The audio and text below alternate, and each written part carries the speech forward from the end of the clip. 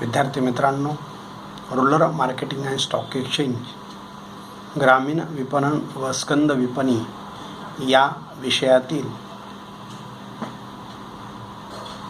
धडा क्रमांक 2, ज्याला आपण कृषी विपणन किंवा ॲग्रिकल्चर मार्केटिंग असं आपण म्हणतो, यामध्ये आपलं हार्दिक स्वागत. मित्रांनो, हा व्हिडिओ क्रमांक 11 आहे.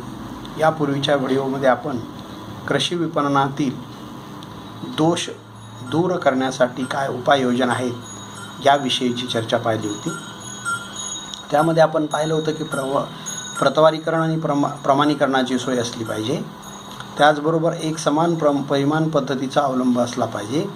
त्याचबरोबर वाहतुकीच्या रस्त्यांच्या सुविधा उपलब्ध झालेल्या असल्या पाहिजेत. साठवणुकीच्या सोयींची उपलब्धता असली पाहिजे.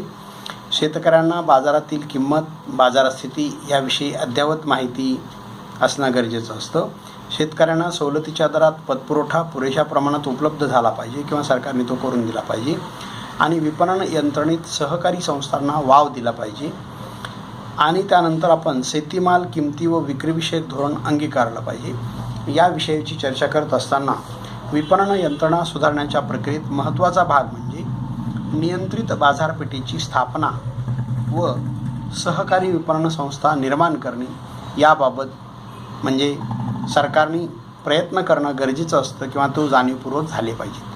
तर यामध्ये आपण आता नियंत्रित बाजारपेठ, ज्याला रेग्युलेटेड मार्केटिंग किंवा रेग्युलेटेड मार्केट असं आपण म्हणतो, याविषयीच्या या घटकाविषयीची आपण चर्चा आजच्या या व्हिडिओमध्ये करणार आहोत. मित्रांनो, नियंत्रित बाजारपेठ म्हणजे नेमकं काय? तर नियंत्रित बाजारपेठ म्हणजे दुसरं तिसरं काही नसून ज्या बाजारपेठेवर सरकारचं नियंत्रण असतं, ज्या बाजारपेठेमध्ये शेतकऱ्यांच्या हिताचं संरक्षण केलं जातं किंवा शेतकऱ्यांच्या हिताला प्राधान्य दिलं जातं, अशा बाजारपेठेला आपण नियंत्रित बाजारपेठ असं आपण म्हणतो. कृषी विपणन व्यवस्थेत आमूलाग्र बदल किंवा सुधारणा घडवून आणण्याचे शासनाचे एक यशस्वी धोरण म्हणजे नियंत्रित बाजारपेठा होय. विपणन व्यवस्था अधिक सचोटीची व्हावी, त्यातील गैरप्रकार नाहीसे व्हावेत आणि शेतकऱ्यांच्या हिताला त्या ठिकाणी प्राधान्य दिलं जावं. मध्यस्थांची साखळी कमी करता यावी किंवा कमी करण्याचा प्रयत्न आणि शेतकऱ्यांच्या कष्टाचा योग्य मोबदला मिळावा असे उद्दिष्ट समोर ठेवून नियंत्रित बाजारपेठा स्थापन करण्यात आल्या. या बाजारपेठांचे कार्यक्षेत्र ठरवून देण्यात आले की प्रत्येक बाजारपेठेचं कार्यक्षेत्र किती असावं. या क्षेत्रातील शेतमालाच्या उत्पादकास या बाजारपेठीस आपला माल विकता येतो. नियंत्रित बाजारपेठांचे प्रशासन एका बाजार समितीकडे सोपवलेले असतं. त्यावर शेतकरी, व्यापारी, आडते, स्थानिक स्वराज्य संस्था, हमाल व राज्य सरकार यांचे प्रतिनिधी असतात आणि सरकारच्या सूचनांचं किंवा अधिसूचनांचं पालन करून त्यांच्या सरकारी कायद्यानुसार या बाजारपेठांचं अस्तित्व निर्माण झालेलं असतं किंवा बहुतांशी कारभारसुद्धा सरकारच्या मार्गदर्शक सूचनेनुसारच चालत असतो. त्याला आपण नियंत्रित बाजारपेठा असं आपण म्हणतो. मग नियंत्रित बाजारपेठाची आपण अशी जरी ढोबळमानानं व्याख्या पाहिलेली असली तरी सर्वसाधारणपणे नियंत्रित बाजारपेठाची व्याख्या पुढीलप्रमाणे आहे. मित्रांनो, शेतीमालाचे खरेदीदार व विक्रेते यांच्यातील व्यवहार योग्य आणि विशिष्ट प्रकारे व्हावे आणि दोघांचे हितसंबंध सुरक्षित राहावेत, याकरिता विशिष्ट कायद्यानुसार राज्य सरकार किंवा स्थानिक स्वराज्य संस्थेने निर्माण केलेल्या बाजारपेठांना नियंत्रित किंवा नियमित बाजारपेठा असे म्हणतात. समजून घ्या मी काय म्हणतो ते, की नियंत्रित बाजारपेठा किंवा नियमित बाजारपेठा म्हणजे दुसरं तिसरं काहीही नसून शेतमालाचे खरेदीदार व शेतकरी किंवा विक्रेता यांचे व्यवहार एका ठराविक कायद्यानुसार, ठराविक नियमानुसार, ठराविक ठिकाणी चालावेत आणि या ठिकाणी दोघांच्या हिताचं संवर्धन व्हावं किंवा हितसंबंध राखले जावेत, त्या दृष्टिकोनातून कामकाज चालणे आणि एका सरकारच्या विशिष्ट कायद्यानुसार ही स्थानिक स्वराज्य संस्था चालत असते. या बाजारपेठांनाच नियमित बाजारपेठा किंवा नियंत्रित बाजारपेठा असं आपण म्हणतो. या बाजारपेठावर मग व्यापारी, शेतकरी, हमाल, आडते, राज्य शासन या सर्वांचे प्रतिनिधी असतात आणि या सगळ्यांचे प्रतिनिधी म्हणून हे शासन चालत असतं. ही एक स्थानिक स्वराज्य संस्था असते. यालाच आपण महाराष्ट्रामध्ये कृषी उत्पन्न बाजार समिती असं आपण म्हणतो. कृषी उत्पन्न बाजार समितीमध्ये मग नेमकं कोणतं काम चालतं? तर कृषी उत्पन्न बाजार समितीमध्ये आडते असतात, मापारी असतात, तोलाई करणारे असतात, हमाल असतात आणि माल विक्री करणारा असतो आणि कमिशन एजंट असतात. मग कमिशन एजंटकडं आणून माल तो ठेवला जातो. त्याच्याकडं त्याची स्वच्छता करणारे, त्याची चाळणी करणारे, त्याचं वजन करणारे हे सगळे तोलाई, मापारी किंवा हमाल वगैरे असतात. त्यानंतर शासनाच्या दरपत्रिकानुसार जे काही हमी भाव आहे त्या हमी भावानुसार शासनाने ठरवून दिलेल्या भावानुसार त्या वस्तूंचे भाव निश्चित केले जातात. त्याचं वजन केलं जातं आणि व्यवस्थितपणे वजन करून तो माल मध्यस्थांना विकण्याचं काम म्हणजे कमिशन एजंट करतात. मग कमिशन एजंट म्हणजे नेमकं कोण? तर घाऊक व्यापारी आणि विक्रेता या दोघांमध्ये तो माल व्यवस्थित करून त्याला पाहिजे तसा करून देण्याचं काम हे कमिशन एजंट करतात. त्या बदल्यात त्यांना त्या सगळ्या व्यवहारावर ठराविक दराने कमिशन मिळतं. आणि मग याच्यामध्ये शेतकऱ्यांचंही हित संवर्धन करण्याचा प्रयत्न केला जातो, व्यापाऱ्यांचं हित संवर्धन करण्याचा प्रयत्न केला जातो. मापारी असतील, तोलारी असतील, हमाल असतील या सगळ्यांचे दरपत्रक निश्चित केले जातात. तर या सगळ्यांची मजुरी त्यांना त्यांच्या त्या वजनानुसार दिली जाते आणि त्यामुळं कुठे कुणाचंही नुकसान होऊ नये अशा प्रकारे या कृषी उत्पन्न बाजार समितीचं कामकाज चालतं. मग या कृषी उत्पन्न बाजार समितीवर बहुतांश शेतकऱ्यांचे प्रतिनिधी असतात, त्याचबरोबर व्यापाऱ्यांचे पण प्रतिनिधी असतात, त्याचबरोबर कमिशन एजंटचे प्रतिनिधी असतात, मग हमालांचे प्रतिनिधी असतात, तोलाई काम करणाऱ्या कामगारांचे प्रतिनिधी असतात आणि राज्य शासन आणि स्थानिक स्वराज्य संस्था यांचे प्रतिनिधी असतात. त्या ठिकाणी नगरपरिषद असेल, जिल्हा परिषद असेल तर त्यांचेही काही सदस्य म्हणजे या कृषी उत्पन्न बाजार समितीवर शासनाचे प्रतिनिधी म्हणून काम करत असतात. त्याचबरोबर DDR ज्याला आपण म्हणतो ती जिल्हा सहकारी उपनिबंधक हे सुद्धा या कृषी उत्पन्न बाजार समितीवर म्हणजे सरकारी प्रतिनिधी म्हणून असतात. म्हणजे अशा वेगवेगळ्या प्रकारचे प्रतिनिधी असल्यामुळं या ठिकाणी लोकशाही पद्धतीनं निर्णय घेतले जातात. शासनाने दिलेल्या सूचनांचं पालन करून त्याची अंमलबजावणी कशी करता येईल या पद्धतीनं नियोजन आणि नियंत्रण केलं जातं. त्याला आपण नियंत्रित बाजारपेठ असं आपण म्हणतो. मग या कृषी उत्पन्न बाजार समितीचं कार्य काय आहे? तर कृषी उत्पन्न बाजार समितीचं मित्रांनो पुढील प्रमाणे कार्य आहे. पहिलं कार्य आहे की बाजारपेठेत व्यवसाय करणारे व्यापारी, आडते, दलाल इत्यादींना परवाना देणं. बाजारपेठेमध्ये या कृषी उत्पन्न बाजार समितीच्या आवारामध्ये कोणीही जाऊन शेतकऱ्यांचा माल खरेदी करण्याचं धाडस दाखवत नाही.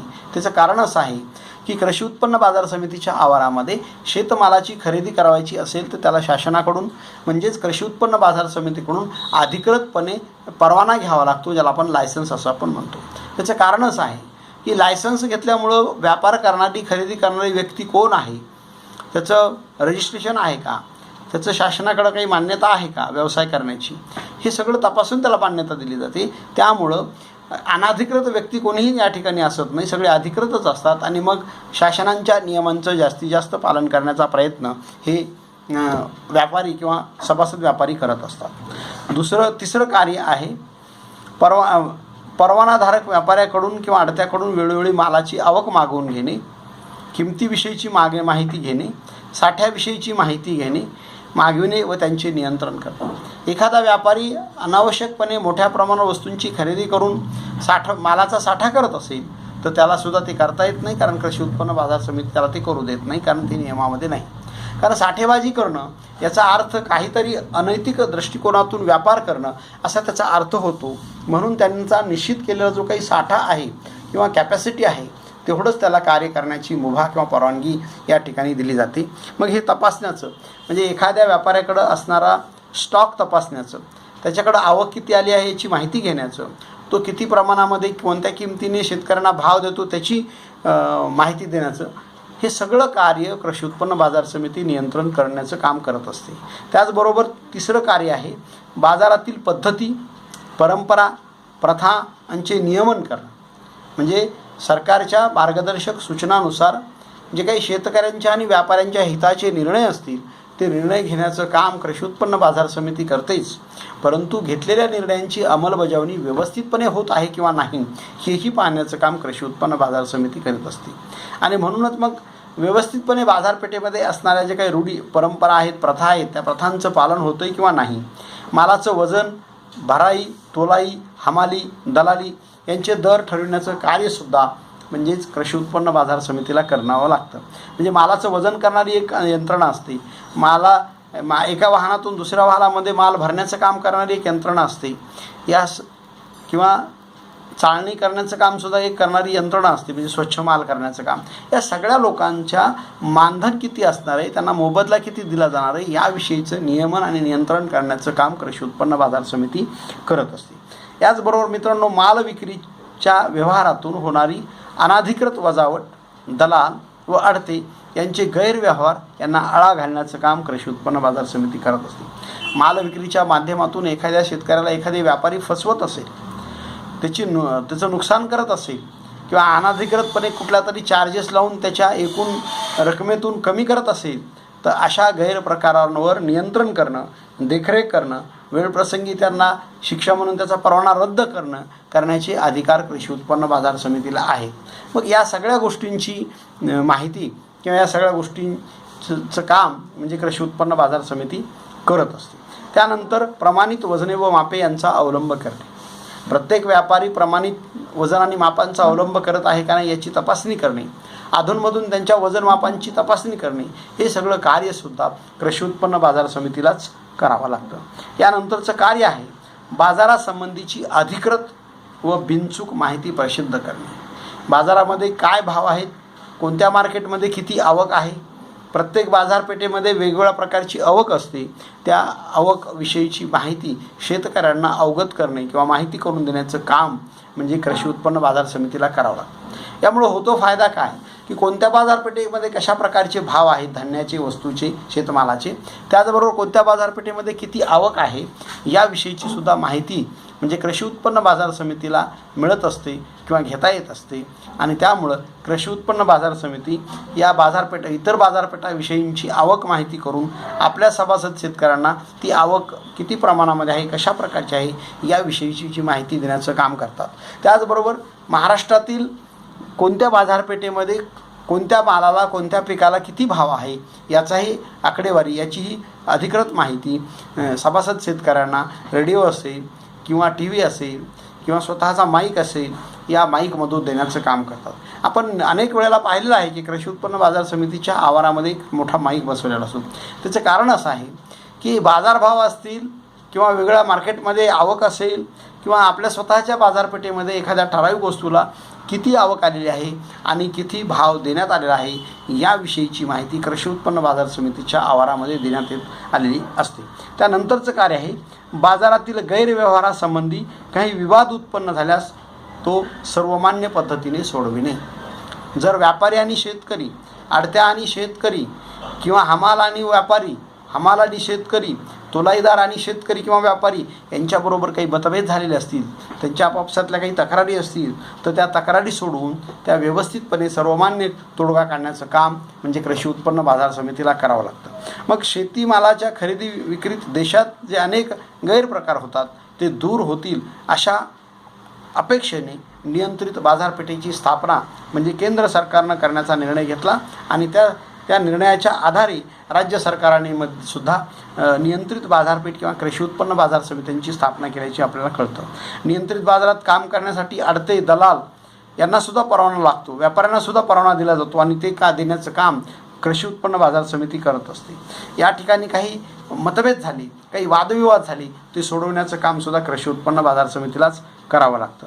मित्रांनो, विपणन व्यवस्था खाजगी व्यापाऱ्यांच्या प्रभावातून मुक्त करण्यासाठी कृषी उत्पन्न बाजार समितीचा आधार खूप मोठ्या प्रमाणावर शेतकऱ्यांना मिळत आहे. माल विक्रीचे व्यवहार खुल्या पद्धतीने, लिलाव आणि पारदर्शक पद्धतीने व्हावेत याविषयीची काळजीसुद्धा कृषी उत्पन्न बाजार समिती घेत असे. नियंत्रित बाजारामुळे शेतमालाची विपणन व्यवस्था सुलभ होते व त्याचा फायदा शेतकऱ्यांना मिळतो, व्यापाऱ्यांना मिळतो, दलालांना मिळतो, हमालांना मिळतो, तोलाईदार आणि मापारी यांनाही मिळतो. म्हणजे सर्व घटकाला न्याय देण्याचं काम कृषी उत्पन्न बाजार समिती करत असते. आपण उद्याच्या व्हिडिओमध्ये नियंत्रित बाजारपेठाचे फायदे याविषयीची माहिती आपण मित्रांनो घेऊयात.